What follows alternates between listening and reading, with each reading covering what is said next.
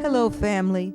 We're Bob and Penny Lord, and we would now like to invite you to journey in faith with us to Mexico, a land nourished by the blood of martyrs. All of these martyrs are so special. They were such beautiful, beautiful people, such great examples of the faith in our Lord Jesus Christ.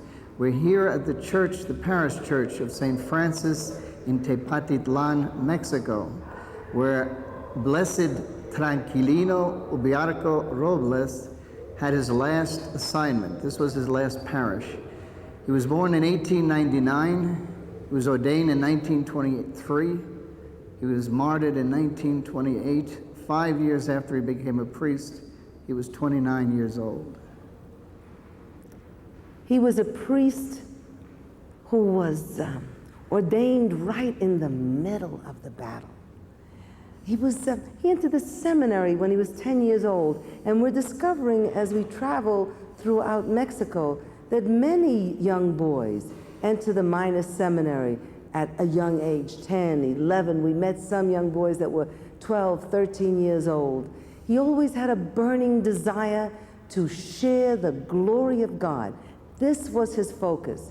This and the passing on of the true faith to the faithful. He worked tirelessly. There was nothing he would not do, even as a seminarian. He founded a newspaper. Again, the newspaper was to foster the Catholic faith, and Catholic doctrine. This was the year he was ordained. He founded a newspaper and he founded a school for young girls, I believe it was. That's right. Maybe because he had a desire for martyrdom. He had a desire to suffer in the Passion of Christ. He had tremendous bravery. He went where no men would ever go. He took on roles that everybody was afraid to take, considering the time and the circumstances. Anytime somebody called for sick call, he ran out to the sick call. Blessed Tranquilino was assigned to this church at the very time when the uprisings were at their greatest. He came into an area which it was like sitting on top of a powder keg. It was so bad here that the pastor had left. You see, this part of Jalisco, the state of Jalisco, and you know there are many states in Mexico, was where there had been and there was the greatest uprisings of Christians against persecution. So what was the government going to do to try to control this situation? He ordered all the people from the ranches to come into the city so that the soldiers could keep an eye on them. Otherwise, they would have needed far more troops. So here comes Blessed Tranquilino into a situation where these people have come here with great need, great hurts, wounds, and he's a young associate pastor. He doesn't even know what to do. He has had no orientation. Now, you have to understand something. The church was not promoting violence or uprising. As a matter of fact, when these Christians, these people that had been forced into the cities, rose up against the government because of the conditions they were living under, plus the conditions of the church, and especially Father Tranquilino, begged them, no violence, don't uprise against the government, pray, just pray, our Lord Jesus will take care of everything. And the more he said that, the more they rose up against the government, and when they did that, the government blamed the church.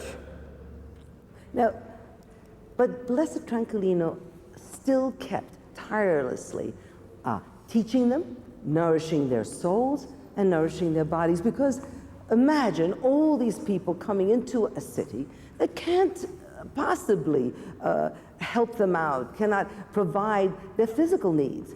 And so he founded a dining room, and he fed as many as 100 people a day.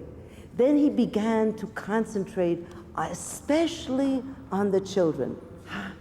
Don't we always know? The enemy knows, get the children? Jesus Christ says, bring the children unto me. And so he tirelessly taught the children, prepared the children. He always spoke to the people of the gospel, of how Jesus would react to this situation. We're here with Señorita Maria Mercedes Robledo Romero. We're in the city of Tepatitlan, and Maria Mercedes, or they call her Señorita Mercedes, was here when Father Tranquilo was alive. As a matter of fact, she was 21 years old at the time he was killed. He was 29 years old. There wasn't much difference between their ages. We feel very specially blessed to be able to be talking and hearing from someone from that time, someone who had lived through it, lived through the horror, the way of the cross, and now the resurrection. A lot of our people were hung, executed, many things happened. Those were very hard times. We were put in concentration houses. 5 or 6 families from the ranches were all put in one house. It was like a concentration camp. They took away the water from us. They made us suffer a lot. It was terrible, very hard. You know, they say if walls could talk. Today, through Señorita Mercedes, the walls will talk. Because in this house, in this very house, Blessed Tranquilino celebrated Mass. He was here in my house several times, and on this dining room table, he celebrated Mass. Señorita Mercedes and her family have lived in this home for over 300 years. And at this present time, she's the last, it seems, of that family. So we'd like to ask her, tell me, what do you remember about the time when Beato Tranquilino lived here? ¿Qué recuerdos tienes del tiempo? Yo I helped him to promote a newspaper titled De Orión, to defend ourselves from the government who at that time had us oppressed. Did you ever have to have many hosts consecrated and where people would come to your home and just receive communion, where they could not have Mass? He used to take the consecrated host himself. He would take them to other homes because he celebrated Mass in different homes every day. One day here, the next day in another house. This was so that he will not be caught.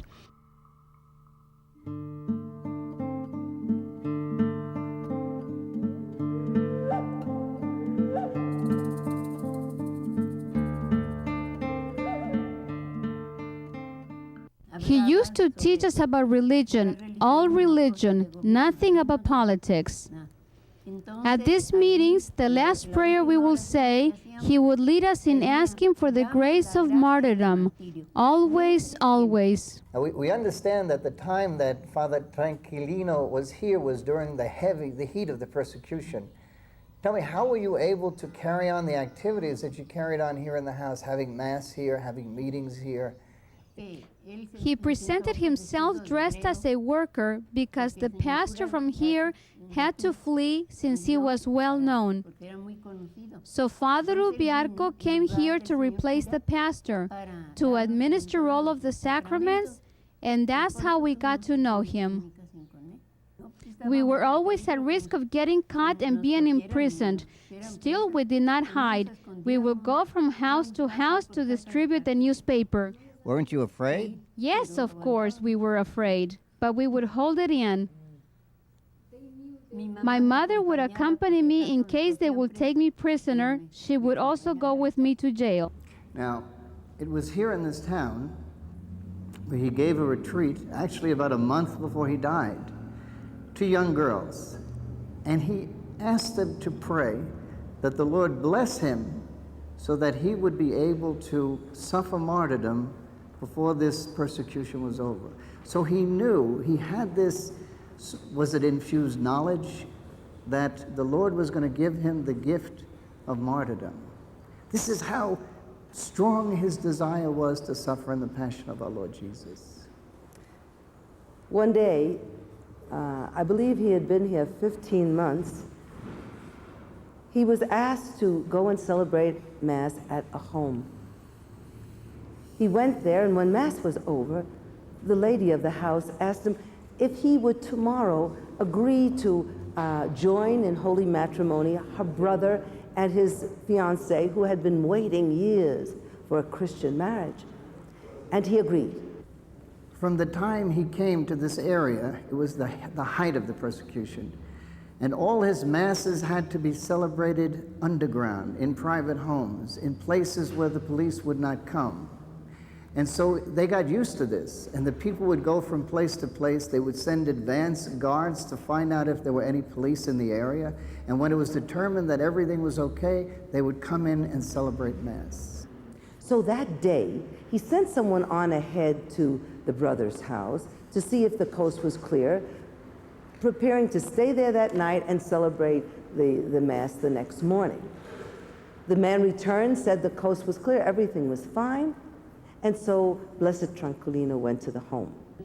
The couple that he was going to marry had the imprudence of taking kneelers into the house, which was next door to the house of the colonel in charge of the troops in this area. During the day, they brought in the kneelers. The house was also across from the government palace, which had a lot of soldiers keeping watch. They were aware of what was going on. The town mayor ordered the troops to find out who was the priest and arrest him. When they broke into the house, Father hid himself in a coal chute, and that's where they found him. When they took him out, they asked him why was he hiding, and he answered that he was afraid because he knew that they will catch him. Blessed Tranquilino was brought in to the municipal jail here in Tetlatipan, where he was kept for a period of time. Now, like Maximilian Kolbe, like so many of our martyrs, he used this as an opportunity to bring them to Jesus Christ. He always centered on our Lord Jesus, never on himself. And so he would instruct them. He would hear their confessions. He led them in the rosary. Do we hear that string going throughout the lives of the martyrs? The Eucharist, Blessed Mother, the rosary, the sacraments. So he spent this time ministering to them, giving them hope, until then the soldiers came. He was taken to the colonel's house next door. They kept him there in jail for a while. Then, in the middle of the night, they took him to be executed. As he was being led by the troops, he passed by his sister's house. He whistled so the sister will hear it and know what was happening. He asked the soldiers, "Am I going to die?" And they said yes. And he said, "Who has been assigned to kill me?" And nobody would answer. And then he said, I want you to know that whoever has been assigned to kill me, he's not guilty. The Lord has preordained this. And so the young man who was assigned to kill him spoke up and he said, I'm the one who's supposed to kill you, but I won't do it. He then asked, what means will you use? And they handed him the rope. And he took the rope that was going to go around his neck and he blessed the rope. Now, when the time of persecution, or the time of the hanging, the execution, was to come to pass, they brought him to this tree and they placed the rope around his neck. Now, the soldier who had been assigned refused. And so later, he too was executed. And he forgave them all. And they hung him on this tree. When she saw the troops return, she ran to the place where they had already hung him and remained there the rest of the night, grieving over her dead brother. Very early in the morning, the first milkman that passed by saw what had occurred, cut the rope, and left the body laying there on the ground so that his sister could hold his body in her arms. Once the townspeople heard what had happened to their priest, a group of ladies who had earlier that night gone to request that he not be killed but were denied, went back again to request the body so that they could have a wake. They were given permission and took the body to a house where everybody from the town came to pay their last respects, including me. That was the last time I saw my priest. The people here in Tepatitlan have maintained a deep affection and gratitude to Father Ubiarco for his services during the religious persecution. They remember the tree where he was hung. The people, from the very beginning, have visited the tree to pray and ask favors. The tree is still kept as a shrine. I would like to share at this moment a miraculous occurrence that took place last year. The tree which had been dead grew a green branch. It is well known. We have never looked for an explanation. But the fact is that for at least 6 or 7 months, there was a green branch approximately 2 feet long. But it is dead now. It appeared right after the beatification of the martyrs and dried up about 2 months ago. When Blessed Tranquilino was hung by the neck, some fervent, pious people cut down the branch of the tree on which the rope was, and has been conserved here in the church since 1928. This is the branch of the tree on which Father Tranquilino was hung. And this is the sombrero that he wore. This is the sombrero of a martyr. It's not very ostentatious, is it? It's very simple. Almost very ordinary. Almost as simple as the tilma of Juan Diego. Yes. But from these simple roots comes such an extraordinary sign in our church. I hope this sign touches you the way it has touched us and the way it has touched the people here.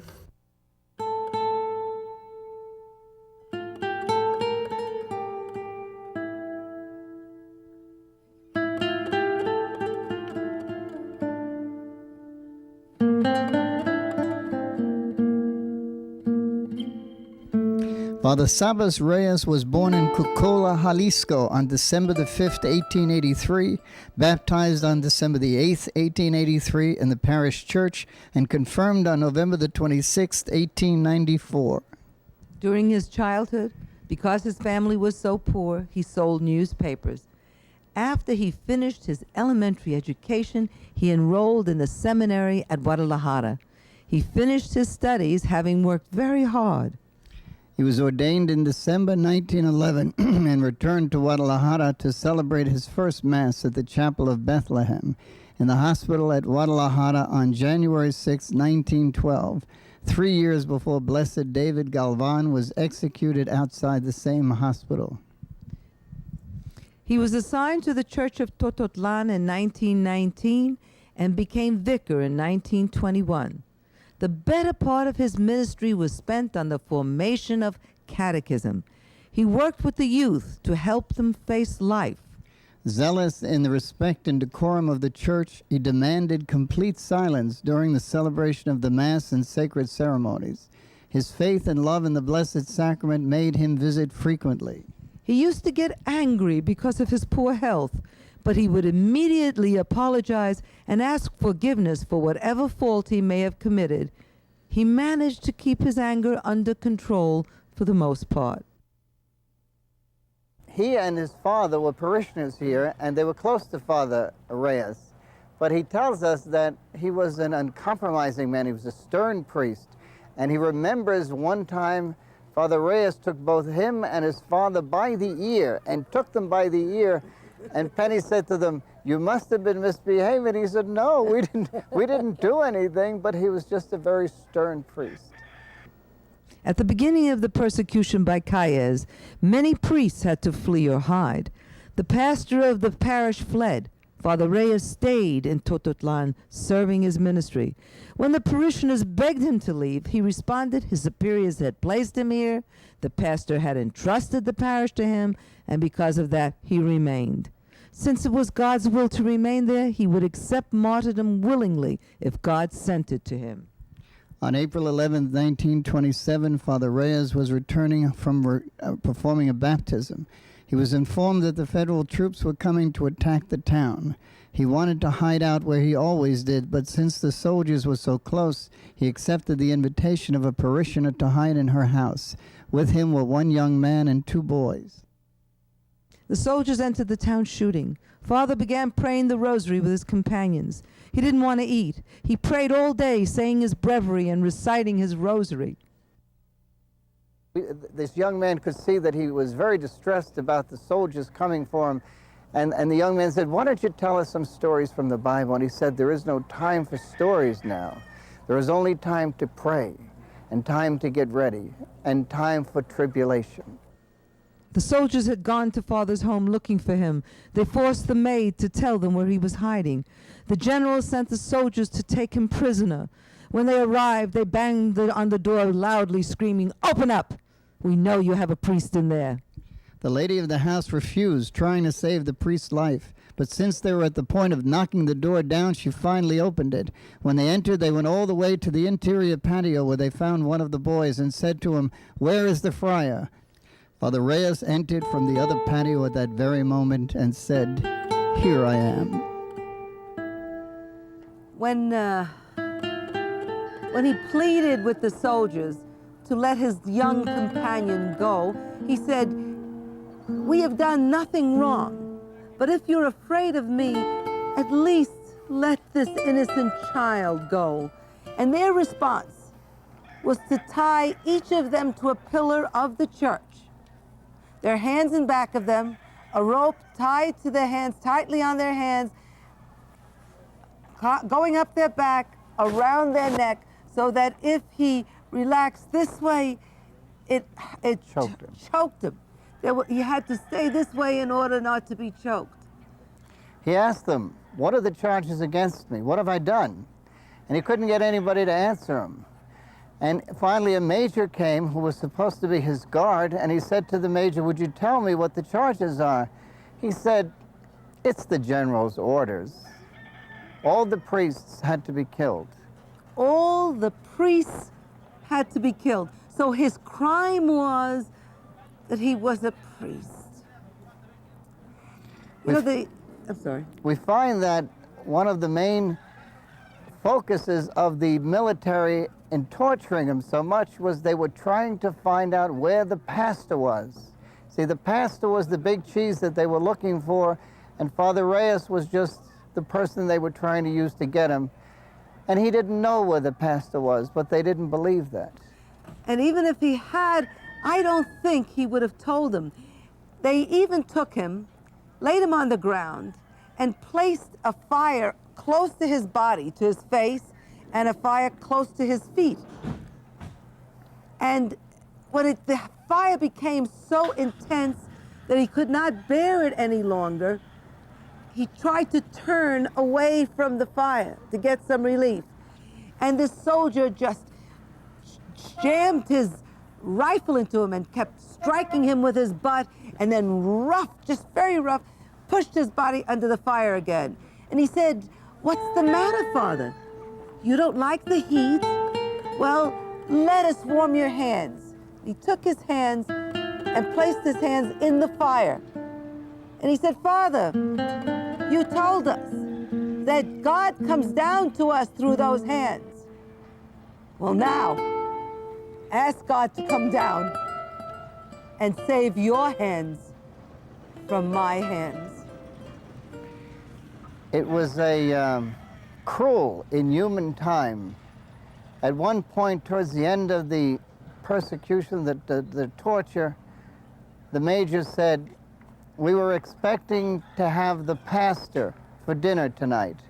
But seeing as this priest will not cooperate, we will not have the pastor, we will have this priest meat for dinner tonight." Absolutely inhuman. Completely inhuman, cannibalistic. We cannot come to realization of how inhuman man can be to man. I thought I never could, until I see some of the things that are going on today, which are little better than this. But you know, there is always that whisper in our heart. They stood him up here at this wall. And after they shot him dead, a soldier said, "It grieves me that we killed this priest." We killed him unjustly.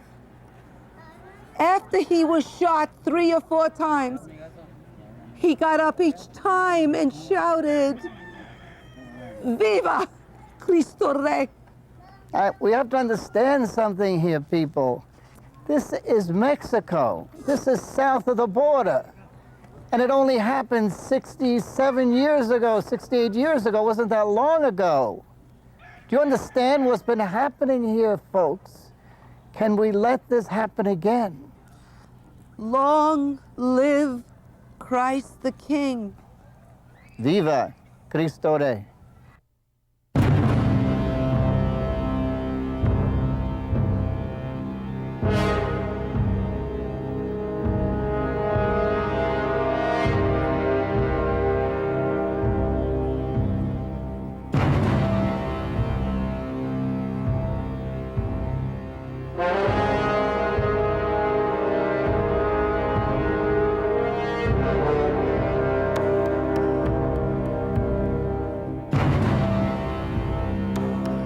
Program